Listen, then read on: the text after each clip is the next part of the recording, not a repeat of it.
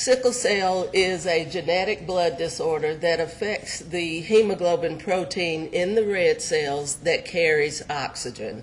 So in the top panel, what you see is round, flexible red blood cells that flow freely through blood vessels. And as the vessels branch and get smaller, these cells are able to deform and change their shape to squeeze through tight passages without compromising blood flow. With sickle cells, these are very hard and rigid cells that don't flow freely, and in the bottom part of the panel you see where there's a clump of cells. They have an abnormal stickiness or adherence to the lining of the blood vessel and therefore cause blockages in blood flow. Normal blood cells last 120 days in the bloodstream, while sickle cells only last about 19 days. So this creates a shortage of blood cells that we call anemia.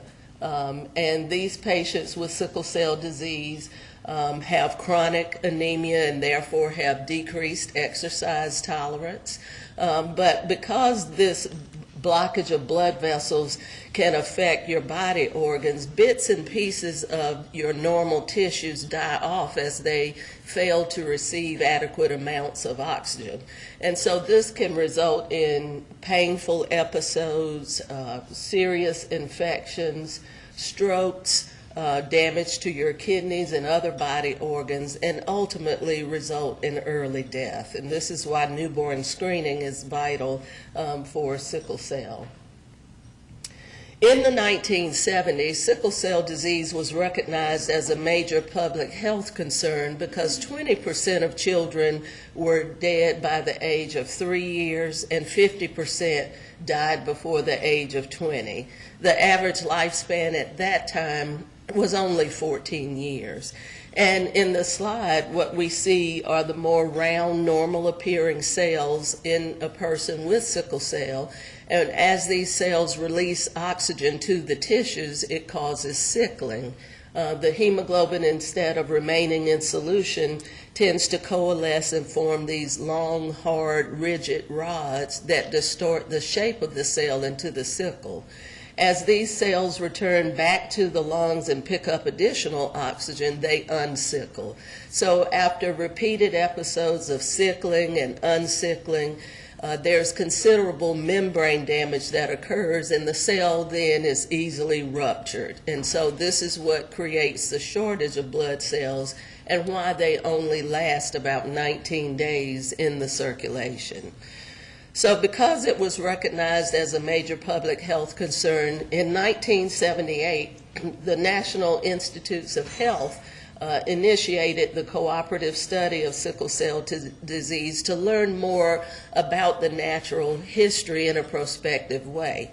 They followed a cohort of almost 3,000 patients, and initially about 4,000 were registered, so you can see there was considerable fallout due to the disease.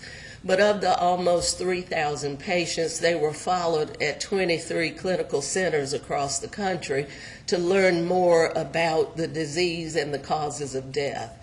So in the final analysis, as they looked at the mortality data, you can see that they nicely divided the age groups into three. So there were those from birth to less than 3 years, those aged 3 to 10, and those 10 to and older.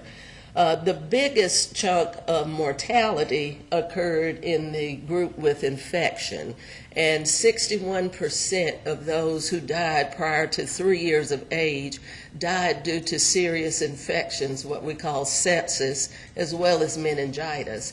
And it was due to one common pathogen, which was Streptococcus pneumoniae. You can see in the older age groups infection exists but was not a major cause of death, and other conditions like stroke tended to become more prominent causes of death. So if we wanted to really make an impact on the disease, then infection would be the place to start, and it needed to start early since that biggest chunk was in children who were less than 3. One of the things that was discovered was due to the blockages in blood flow, bits and pieces of an organ called the spleen tended to die off and lead to organ failure, because the spleen is an important part of the immune system, making the antibodies that we just heard about. And it was discovered that by 6 months of age, as many as 12% of babies with sickle cell already had that defect in the spleen. So they had a spleen, but it didn't function. So this functional asplenia occurred early in their lives, and the incidence of it steadily increased. And by 5 years of age, 94% of children with sickle cell disease did not have a functioning spleen. So this was the cause of those infections. From there, they designed a study called the Prophylactic Penicillin Study. Since that was an effective treatment against Streptococcus pneumoniae, they wanted to see if we could use preventative doses of penicillin to prevent these infections and make an impact on the lives of children affected with the disease. So in order to do that, babies had to be identified very early. So in the participating centers, babies were checked for sickle cell disease, and those that were determined to be positive for the disease were entered into the study. It was randomized so that half of the patients received penicillin, the other half received a placebo or sugar pill. Neither the parent nor the physician knew whether the child was taking the medication or not to remove any bias. And what this graph shows is that by 3 months of age, the babies were on their drug of choice from the study that was initiated by the National Institutes of Health.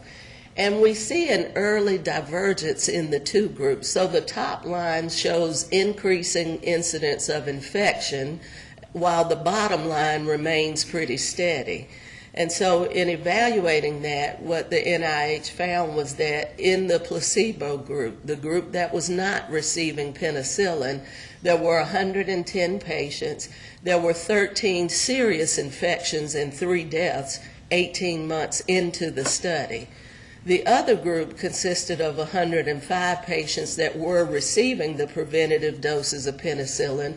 There were only 2 serious infections and no deaths. So this study was actually terminated early by 8 months and published in New England Journal of Medicine, and in 1986 became the standard of care for individuals with sickle cell disease. And over time, we saw that more than 90% survived beyond the age of 20 years.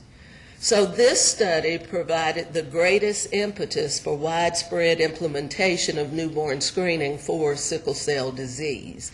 So it provided early diagnosis and referral. It ensured prompt delivery of care, starting with prophylactic penicillin prior to 3 months of age, and it permitted education and counseling for the myriad of complications that these children would face. There's no organ system in the body that is excluded from the damage that sickle cells cause because of these blockages in blood flow. And we call these vaso-occlusive episodes. So the most common occurs in bones, and the blockages in blood flow there manifest as pain. So this is the most common reason for hospitalization and emergency room visits. And this can be very debilitating pain, requiring opioids and IV hydration for pain control. Destruction in the bones can occur in the hip joint as well as the shoulder joint from blockages in blood flow.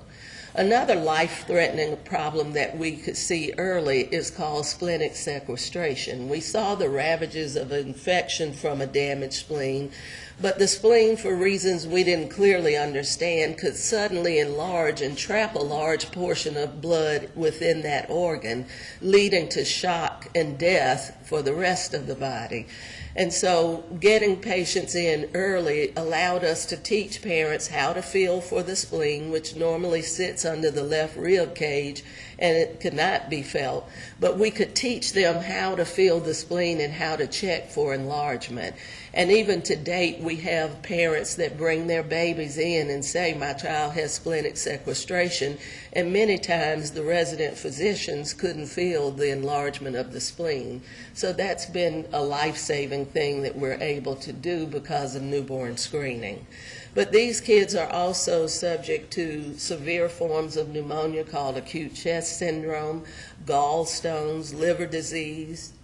Perhaps the most devastating is when it affects the brain and a stroke is the result. About 10% of children with sickle cell disease were having strokes. An additional 22% have silent strokes where there's no outward clinical finding to suggest a stroke, but maybe what we're seeing is cognitive defects, decrease in school performance, and then we do the CT scans or the MRI scans, and we see evidence of prior stroke that never presented with clinical findings. Retinopathy is also a complication of sickle cell disease that can lead to blindness, and about 3% of patients have renal failure requiring dialysis. So sickle cell affects every organ system in the body.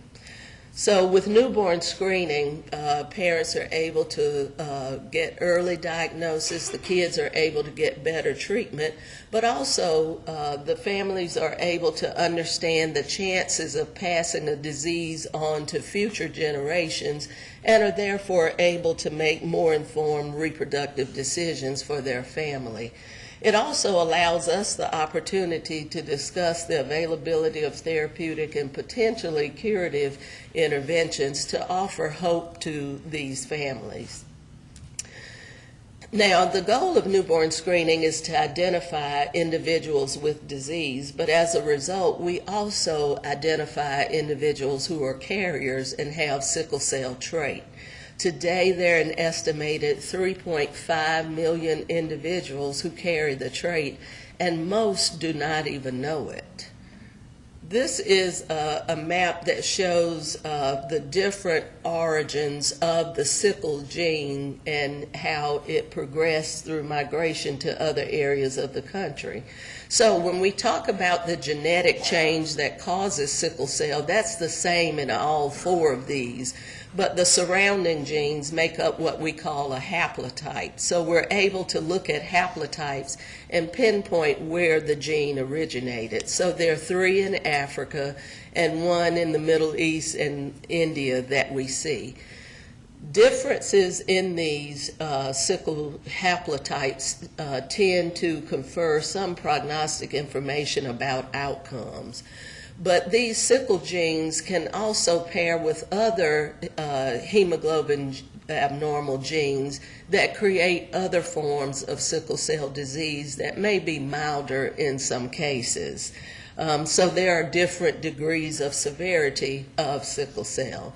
But the incidence of sickle cell is 1 in 375 African Americans, 1 in 1,200 Hispanics, 1 in 3,000 Native Americans, and 1 in 60,000 whites. In looking at Alabama statistics for newborn screening, this is just showing a 5-year trend. So most years we diagnosed about 50 to 60 babies with sickle cell disease. And screening for this began in 1988 in Alabama. So when I talk about sickle cell, I'm proud to say Alabama is not number 49 or 50. We kind of lead the pack in what we're doing with sickle cell disease. We also diagnose about 1,500 to 2,000 individuals with trait. In some states, the parents are really uninformed about their trait status in the family. In some states, it's a phone call. So imagine you're not getting a lot of sleep, you just had a baby, you get a phone call. You're not even really sure what that means. But in Alabama, it's a face-to-face counseling session where families are informed about the trait and how it is passed on, complications of sickle cell disease, and we'll talk about that a little bit more in a minute. This is looking at the 2016 confirmed newborn screening primary disorders to show you kind of how sickle cell falls in line. So the most common that year was hearing loss, and with sickle cell, that was second. So before hearing loss, that was the most common thing that we detected by newborn screening. This is looking at the health maintenance screenings that we're able to implement for sickle cell disease because of early diagnosis. So starting at the top with the brain, TCD is a transcranial Doppler ultrasound where we're able to look at the blood vessels in the brain and determine kids who are at risk of stroke before the first stroke ever happens. So this was implemented in the early 1990s, and we do annual screening starting at age 2. So ages 2 to 16 is where we see the highest incidence of stroke. So prior to this screening, when I joined the faculty at USA in 1992, we always had about 30 kids who were on blood transfusions because they had had a stroke. And since implementation of TCD ultrasonography, we have only had one child who has had a stroke. So again, newborn screening and early institution of health maintenance has made a big difference. Ophthalmology screening, echo, EKG, pulmonary function starts around school age. We do follow the urines from an early age on. We're able to educate the parents about fever and other complications and the importance of immunizations to prevent infections. What we know from the prophylactic penicillin study is that penicillin decreased the incidence of serious infections and death by 84%. So it's been very effective. So in terms of treatment, in the past, the mainstay has been red blood cell transfusions. And they help because the body produces sickle hemoglobin, but in a transfusion, we're giving them normal hemoglobin that can function well for them. And there are two types of transfusion regimens that we use. One is called chronic long-term transfusions, whereby, remember, blood cells only last an average of 120 days in the normal person. So when we transfuse those cells, they don't last a long time. So transfusions have to be kept up on a monthly basis in order to decrease certain complications of sickle cell, like stroke or the recurrent acute chest syndrome or progressive organ failure. The other transfusions are done for episodes of acute events like acute chest or organ failure. We also know that when these kids undergo anesthesia, that's a risk for more sickling, and so they get transfused prior to any general anesthesia. Other than that, the first case of sickle cell disease was published in 1910, and it would be 85 years before we had one effective treatment. And that came in the form of hydroxyurea, which was first utilized as a chemotherapy agent for a particular type of leukemia. But it helps to turn back on the fetal hemoglobin that a baby produces when it's being formed, and that in conjunction with the sickle hemoglobin decreases the incidence of sickling as well as complications. It was approved in 1995 by the FDA for individuals who are 18 years of age and older, but it resulted in a 50% decrease in pain episodes, acute chest, and the need for blood transfusion. The long-term studies show that it also prolongs life, and we saw a 40% reduction in deaths using hydroxyurea. This is just a slide showing the benefits of hydroxyurea. So far we've talked about the red blood cell and the sickling and the abnormal stickiness to the blood vessel lining and the blockages in blood flow that it causes. But we also know that other blood cells like white blood cells and platelets also participate in that. So on therapy with hydroxyurea, there is a decreased amount of cells that are produced, and they function better, as well as increased or better function of the lining of the blood vessel. And so it decreases the sickling complications that we see. The cure for sickle cell disease was first discovered in 1984 when a girl with sickle cell disease also developed acute myelogenous leukemia, which bone marrow transplant was the treatment of choice. So she received a transplant and was cured of both the leukemia as well as the sickle cell. And so we started to look at whether transplantation could be a potential cure for sickle cell. And now there have been more than 1,000 transplants performed around the world. This slide sort of shows the outcome of the first 50, but kind of remains the outcome today. So what we see is about a 94% survival, because with a transplant, what you're trying to do is to destroy the bone marrow stem cells that make new blood cells. And remember, blood cells only last a certain number of days, so on a daily basis we have to make new blood cells. And when we make new ones, we follow the same genetic code that our body has. So if we use chemotherapy and or radiation to get rid of those stem cells with the sickle code, and then we replace them with normal or even trait sickle stem cells, then we can potentially cure a patient. But because of the chemotherapy and the problems with the transplants, then 84% of patients are cured and 9% reject the marrow. So it's a serious procedure that's done. In March of this year, the first case of successful gene therapy in sickle cell disease was published. The follow-up was about 15 months, so we don't know long-term how well the gene therapy will play out, but it is looking like a possibility. So we take the stem cells from a person's bone marrow, correct the gene, and then put them back into that person. So everybody serves as their own donor. And now, about a month ago, we now have the first new sickle cell drug in 20 years. Indari is an antioxidant. So as the cells age, then oxidation occurs, they generate free radicals, and antioxidants fight free radicals. So this should become available in the last quarter of this year. And one other thing I'll leave you with is we know that P-selectin is a glue-like molecule, which is what causes the sickle cells to stick to the blood vessel lining. And it also causes white blood cells and platelets to stick as well, leading to the vascular obstruction, the tissue ischemia, organ failure, and painful episodes. Crizanlizumab is a monoclonal antibody against this P-selectin that was studied in clinical trials.